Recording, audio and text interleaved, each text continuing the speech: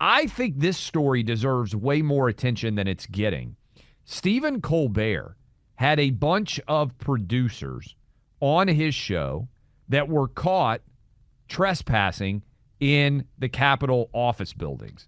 Now, of course, this is the same sort of thing on January 6th that everybody's obsessed with, and that there are still people, and I can't believe this is still going on, there are still people in solitary confinement that were arrested for violations of the law on January 6th. Solitary confinement. I donated, by the way, money to help those people get lawyers so that they can get out of that solitary confinement. We have covered that story because almost no one else is covering it. But when all these Stephen Colbert producers got arrested, Colbert didn't apologize. He didn't say our bad. He didn't say we did something wrong.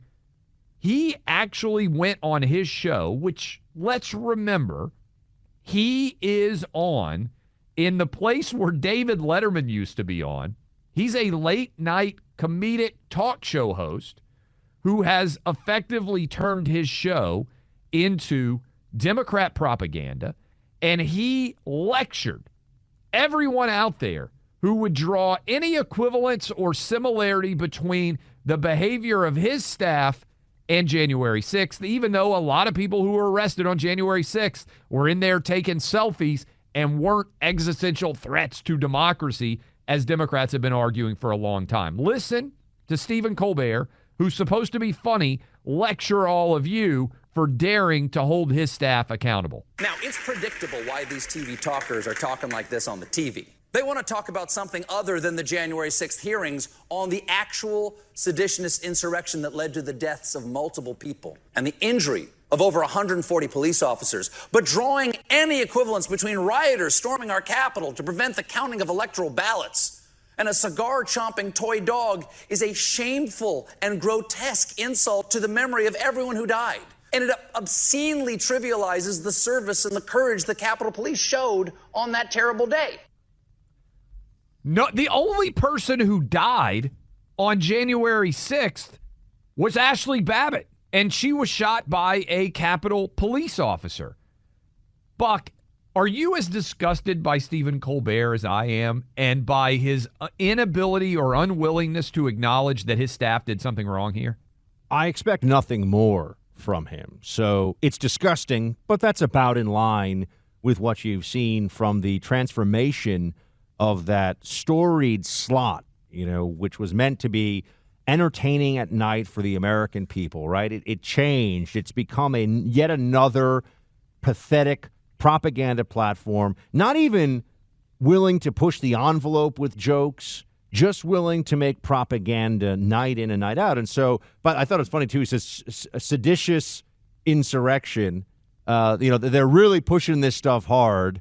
One would think that all insurrections require a degree of sedition. But anyway, but the bigger problem I think we see here, Clay, is yet again the arbitrary and politicized enforcement of the law. This can pull apart a society. When you think of countries where people are not free, where they're truly not free, one thing that is always the case is whatever the justice system may be, whatever the law enforcement, prosecutorial, and incarceration apparatus may be, it is always showing favoritism. It is often capricious, and it is at the whim of those in power. It doesn't actually involve basic principles. It doesn't actually involve justice in a true sense of the word. And this is what we see with Democrats all over and over again. I mean, the fact that, as you said, we've had these individuals, in some cases for entirely nonviolent and not even particularly destructive acts, held in solitary confinement,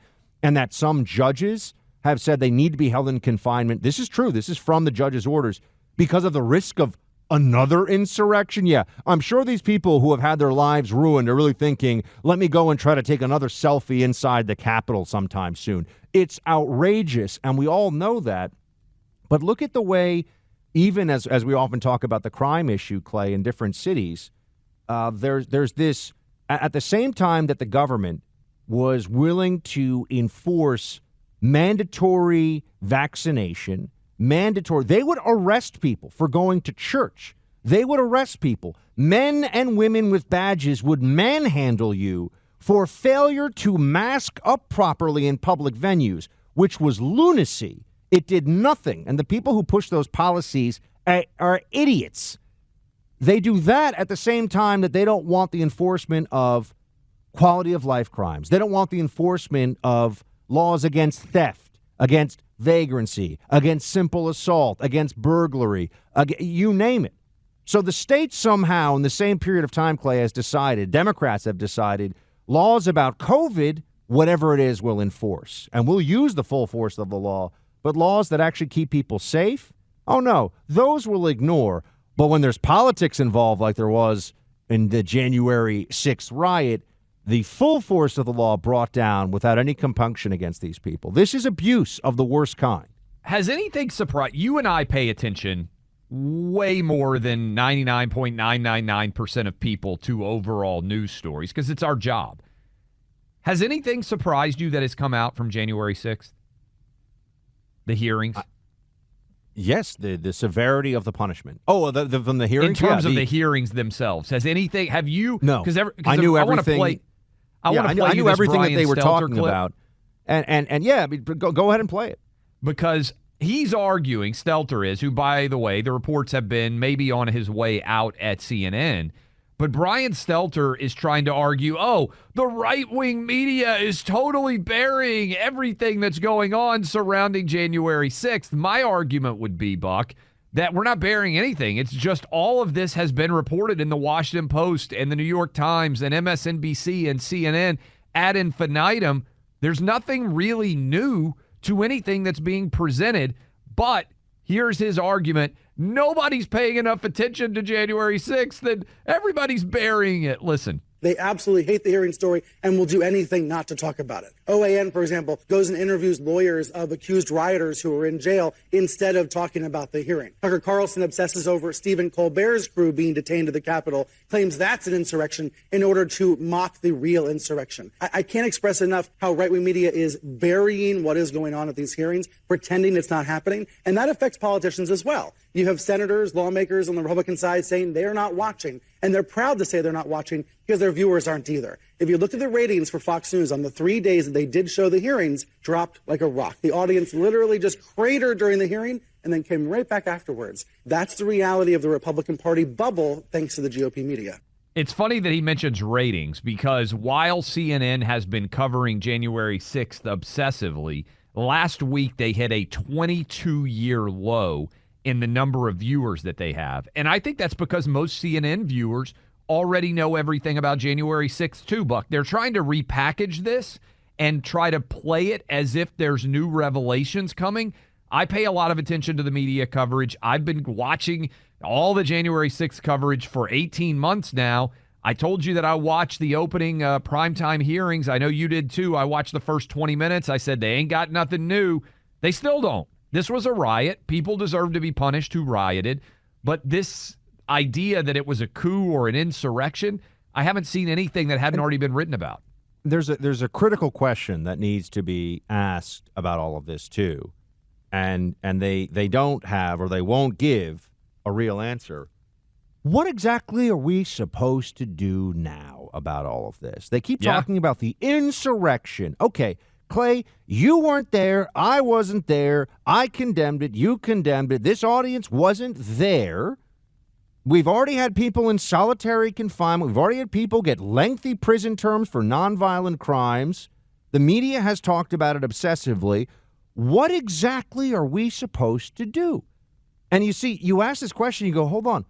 Oh, this is really just about politics, actually. They say it's about saving our sacred democracy, but what it's really about is maligning Donald Trump to the greatest possible extent so that he will be either not a candidate or not a viable candidate for the presidency again. This is all politics. There's no takeaway from this. They're not saying, going forward, here's how we would avoid. I got an idea. Don't have Capitol Police on video in different places. wave people in closer to the Capitol. Like, there are a lot of security procedures that we could actually talk about going forward. You know, give National Guard protection in advance if you think there is going to be some kind of a riot. But you see, if it were about security and if it were about the things they sometimes pretend, then we'd also want to say, what about the riot out in front of the White House when Trump was president? What about attempting to burn down a church that was 150 years old right across from the White House, or burning down a federal courthouse in Portland, or successfully burning down a police station in Minneapolis? The billions of dollars. They didn't do billions of dollars of damage inside the Capitol.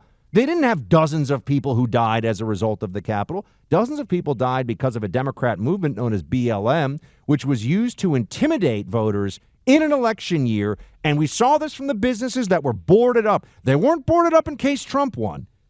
None of that gets brought into this. None of the rejection of political violence as a tool for the Democrats. None of that gets discussed or talked about. So this isn't about our sacred democracy or making it safer. This is about rubbing Trump's face in it and all of his voters' faces in it so that we won't do the only sane thing now, which is throw these Democrat lunatics out of office for making the country poorer, weaker, and more miserable for 18 months. There you go, Brian Stelter. Nobody watches CNN. Lots of people listen to this radio show. We just talked about January 6th. There's nothing there.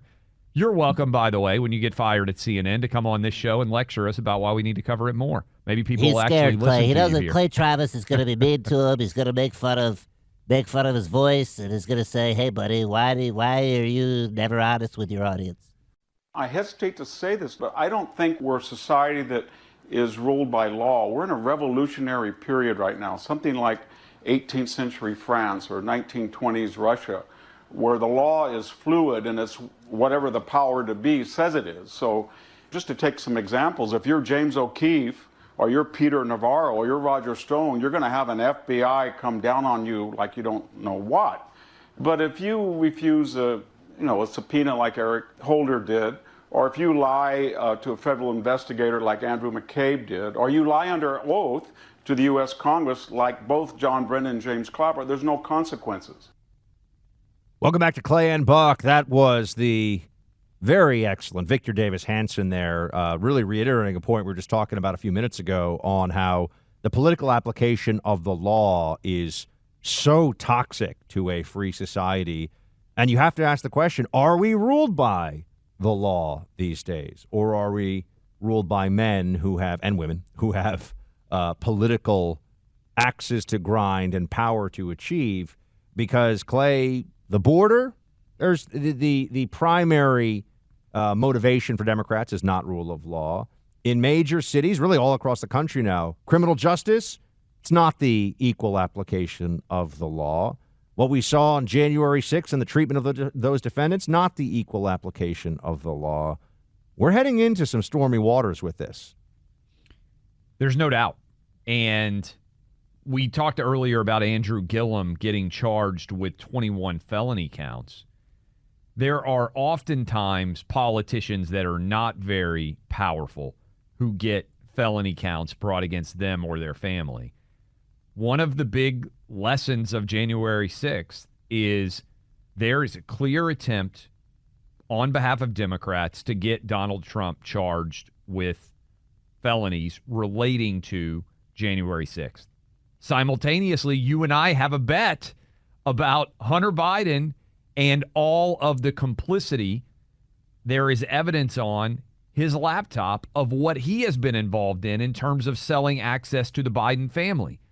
Will anything happen there? We already know that Hillary Clinton's campaign, to a large extent, based on the forum in which they were having the Sussman trial, was able to avoid criminal allegations being proven, despite the fact that there were a lot of details given about all of her complicity in the great Russia collusion hoax. There's all these dueling interpretations of what the law is involving powerful people. How is the law going to be applied? And most importantly, does the American public out there have confidence that if you're in a position of power, the law will be applied fairly against you? It's one of the biggest questions of our time, I think it's fair to say.